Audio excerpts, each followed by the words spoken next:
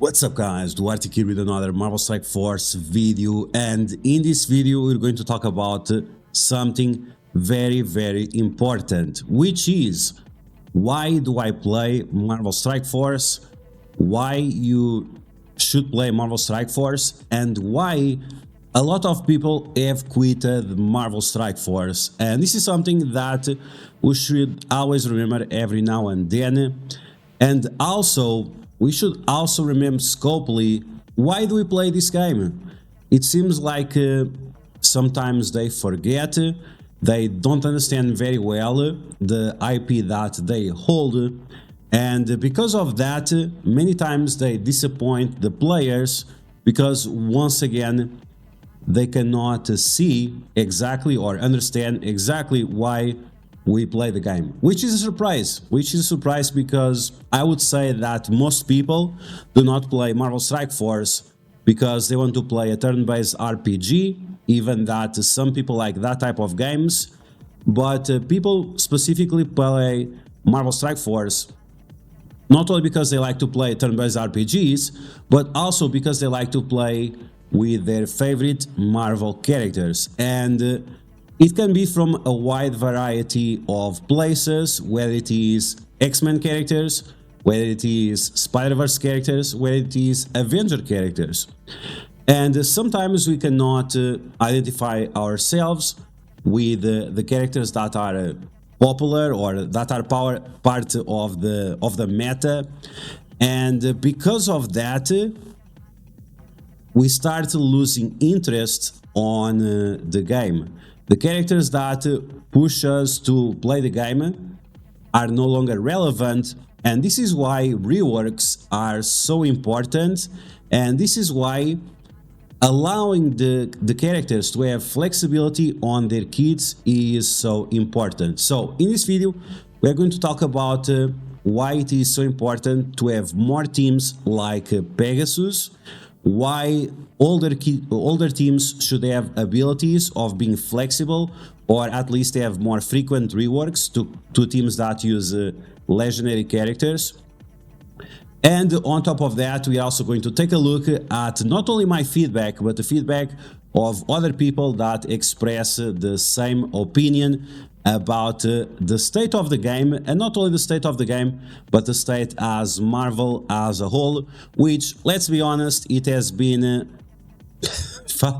falling off quite dramatically with the MCU and the Phase Walk 4 and all that nonsense that we have seen for the past 3 or 4 years, which it's definitely not the customer base of Marvel, but we live in this woke era where you have to attack your customer.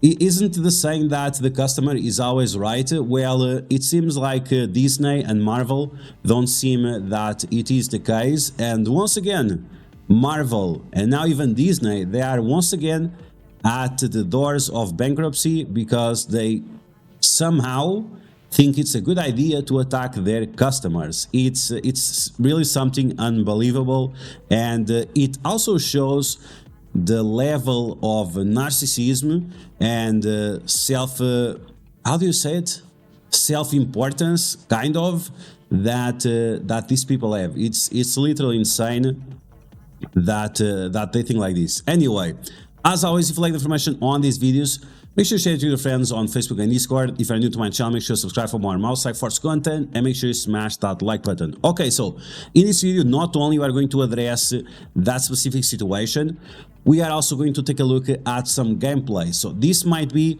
more exciting than it seems, at least for now, so buckle in. Okay, so let's take a look at the feedback of someone that used to be a subscriber of the channel, someone that it was subscribed for the channel for like 3 years or so, and it's also a Marvel fan, more of a MCU fan than a Marvel fan maybe, and they were brought into the game because of the MCU, and when MCU turned into MCU, then they start losing interest in the game.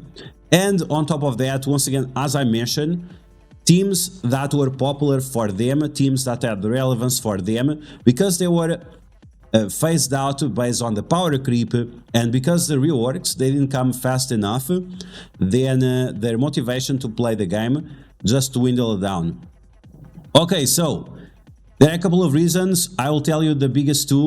When I started the game, I was all over fan of the MCU. Most movies were great, and I was all about waiting for the next one. So I liked playing the game where I can get control of these guys and bring them to action. That's why my first level 80 team back in the days were Wave 1 Avengers, Captain America, Iron Man, Black Widow, Hawkeye, Hulk, and Thor. And also a reason why I brought Gamma Boys to Global Dark Mission 6 to let Hulk perform at their best shape. And from his feedback and also from other content creators, the Gamma, if you use Hulk, Abomination and Brawn, they would be quite strong on Global. So this is a mistake in terms of wasting wasting bio gear, but it's not like they didn't perform well. They actually perform well. Let's continue. But nowadays, all the movies are just trash. All 3 Spider-Man movies, Doctor Strange 2, Thor 4, Ant-Man 3, Guardians 3, none are really good, and I would agree with that. Some people like Guardians 3. I think it was way too emo for most people. It kinda ended the franchise of the Guardians. There will be no Guardians 4 most likely, which is definitely a disappointment, and a lot of people felt like that. And don't let us talk about the TV shows. Yes, the whole MCU is just overall a disappointment for the last years. I'm not familiar or even interested on any of these new characters like Ironheart, Mortal Kombat 2. They released it lately. I don't like the second version of Iron Man, Miss Marvel, Light, and all the hell with the new Avengers, The Thing, Coulson, and 3 other randoms. And I don't let us talk about and let's not get started talking about the infestation, right? So once again, we have these pulled out of their asses teams.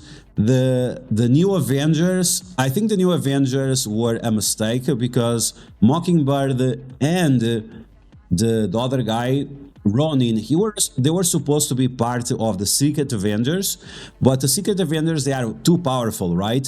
And so they decided to put Mockingbird and Ronin together with these guys instead. But I definitely agree with this sentiment. I'm sorry nothing else to release lately make me thrilled. There are other reasons like the bad boring game modes, the shitty arena system that still has exploits and bugs, and so on. But that's all the same like in the beginning, so no need to complain about this. But let's be honest, they could have improved in the last 5 years, and especially the arena system. It's extremely frustrating for most people that are trying to compete in arena. No one likes to be trying to fight for top 5 and then get slingshotted to rank 20, and this is not a feature, this is a bug that they are just too lazy to fix. Okay, so as you guys can see, a lot of people cannot identify themselves with the game, and they start losing interest if their characters are not relevant enough. People just the interest will start just to dwindling down. Okay, speaking of that, that's why it's so important to have reworks to full teams, locked teams like Black Order and Infinity Watch, X-Men teams, Spider-Verse teams. Like Spider-Man is one of the most popular characters when it comes to Marvel. How is he not? He should get rework like every 3 months. Or at least his kit should be so good in a way that it will last across time. I know that he's a character that we obtain early on, but there are certain elements that you can put in his kit that will make it last a long time, which is not the case. So Spider-Verse, X-Men, all these popular teams, have been downplayed so bad, they bait you to join the game, but after they don't have much value. Like this team, Unlimited, most people would say it's a disappointment when you have iconic characters like Gambit and Rogue, and then not as much as iconic Dazzler and Sunfire, but we would say that both Dazzler and Sunfire, they are a huge letdown. A team for like Hero Asgardians, they were part of multiple movies and they are not even average, they are way below average. So what are you doing, Scopely? Like, you need to create an infrastructure on the characters, or at least on their kits, that can allow them for some viability. Now, with Hero Asgardians, it improved a little bit with Bifrost, with the addition of Val and with better Bill.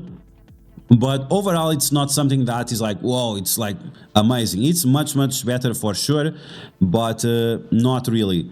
For example, with Rebirth, it's a solid team in raids. Outside of raids, they are absolutely dog shit, and this was a mistake that they made with, once again, with Rebirth, that they are trying to fix now with Pegasus.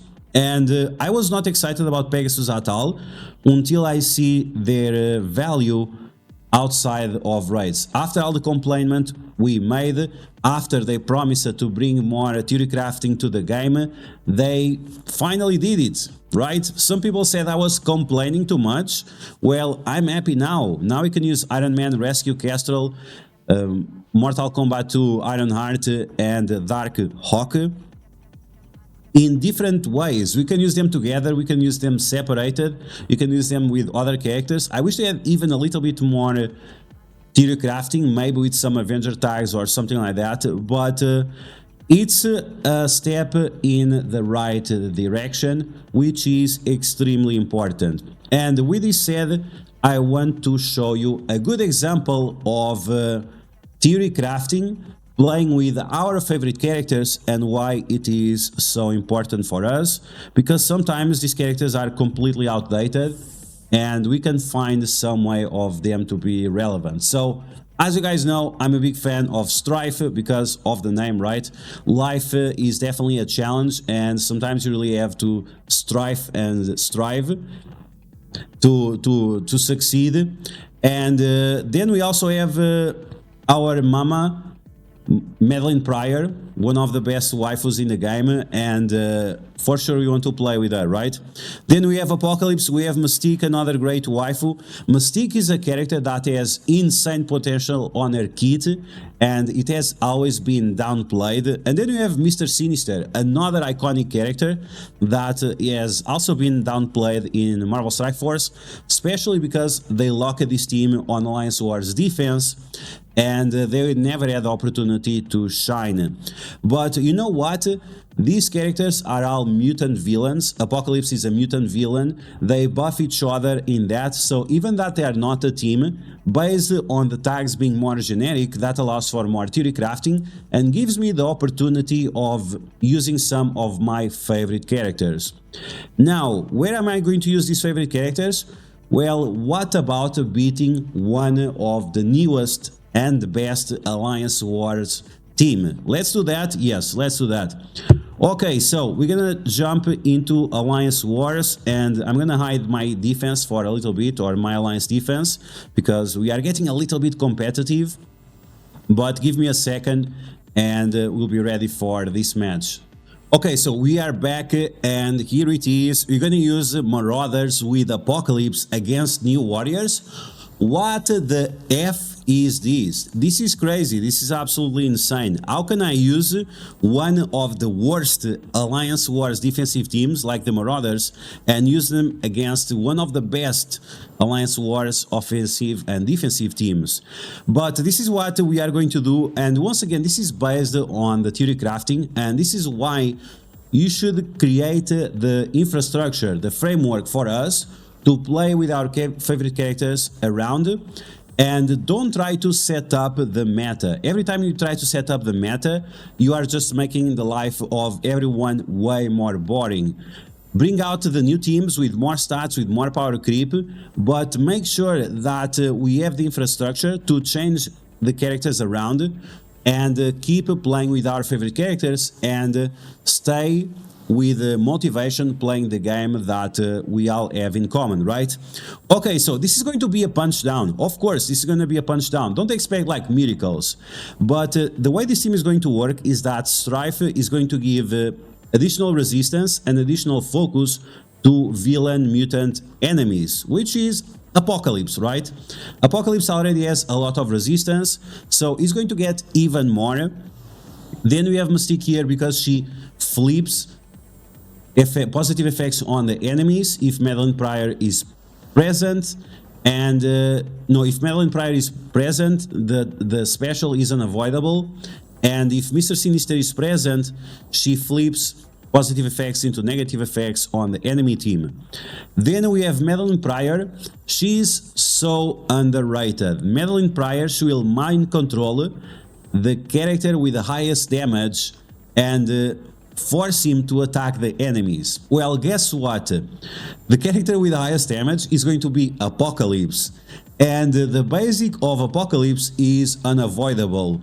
So every time one of the mutant characters is going to get attacked, not only Apocalypse will counter, Madeline Pryor will also mind control Apocalypse to attack them once again. Even if they have evades, it doesn't matter, they are still gonna get attacked. Mystique is also very nice here because she has bleed resistance and she might be able to soak negative effects from the enemies that would kill us otherwise. And this is what is fun, right? This is what is fun, at least for me. Not only we are playing a turn-based RPG, but we are also using our favorite characters and using the infrastructure of the game in order to build teams around certain abilities in order to counter newer teams that sometimes it will happen in unexpected ways. Once again, this is not a miracle or anything like that. We are punching down 300k, of course, but once again, we are dealing with Marauders, right? This team was outdated on release. They were super outdated when they got reworked, and they're absolutely dog shit right now. So this is not a miracle, but it's not trash either. Okay, let's take a look at this team in action and see what they are able to do. In terms of ISO 8 or whatever, it doesn't really matter. You can put everyone fortifier because all that matters is for Madeline Pryor to stay alive and for the other characters to stay alive as well. They just have to soak some damage. Okay, so here we go. Let's see. We have some chain attacks. Nice. And you have to remember that most of the Marauder abilities, they only work on Alliance Wars defense, so they have less health, they have less resistance, they have less focus, they have less everything, exactly because of that. Because Apocalypse is the biggest, is going to get taunt and immunity and safeguard, so that's going to save us a lot of problems. And we could use the special here of Mystique, or we can force that girl over there and get clapped in the face. So let's see. This one is going to give us evade, and we could let's use this evade. I don't think she gets in stealth. If she should get in stealth, that would be great. No, she doesn't get in stealth. Yeah, if she would get in stealth, that would be great because it would stop the chain attacks. Okay, so you can see Apocalypse is doing counter attacks, and then Madeline Pryor is forcing Apocalypse to attack once again, even if they have those evades. Now you're going to use the ultimate of Apocalypse, and guess what? Game over for them. And there we go. This is so crazy insane that we are using such a trash team like the Marauders against this new Avengers, right? This is the Apex Alliance Wars team. They can punch up huge, but when they face certain teams like Bionic Avengers or Web Warriors or even the Marauders, they fall flat, which is quite hilarious. Ooh, Madeline Pryor, let's go. Mamacita, let's make it happen. Let's burn them. Okay guys, so that's going to be the video. I hope you guys enjoy it. At the end of the day, once again, we are all here to play with our favorite Marvel characters, and Scopely really needs to understand that they don't have to try to control the meta. They can push the power creep, but controlling the meta, controlling which characters we play with, at the end of the day, it always hurts them. because people start losing interest if they cannot play with their Marauders or with their Spider-Mans or with their X-Men or with their Wave 1 Avengers.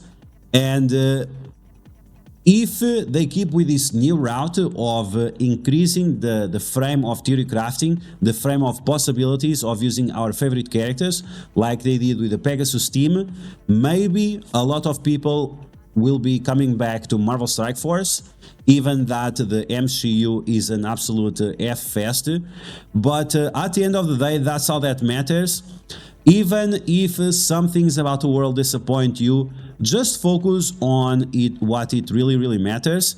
And at the end of the day, remember that Spider-Man is one of the most popular characters, so please, Copley, rework this guy to a way where he's usable on multiple teams, not just on the Web Warriors. Or why not just fix the Web Warriors? We have Miles Morales, which deserves a new skin.